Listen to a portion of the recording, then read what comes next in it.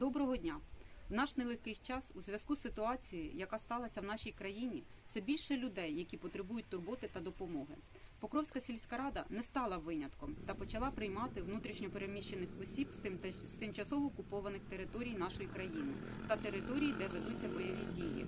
Хочемо висловити слова подяки за надану допомогу, а саме продуктовими наборами для внутрішньо переміщених осіб організації «Крила України» Нікополя. Дякуємо за допомогу та сподіваємось на подальшу співпрацю.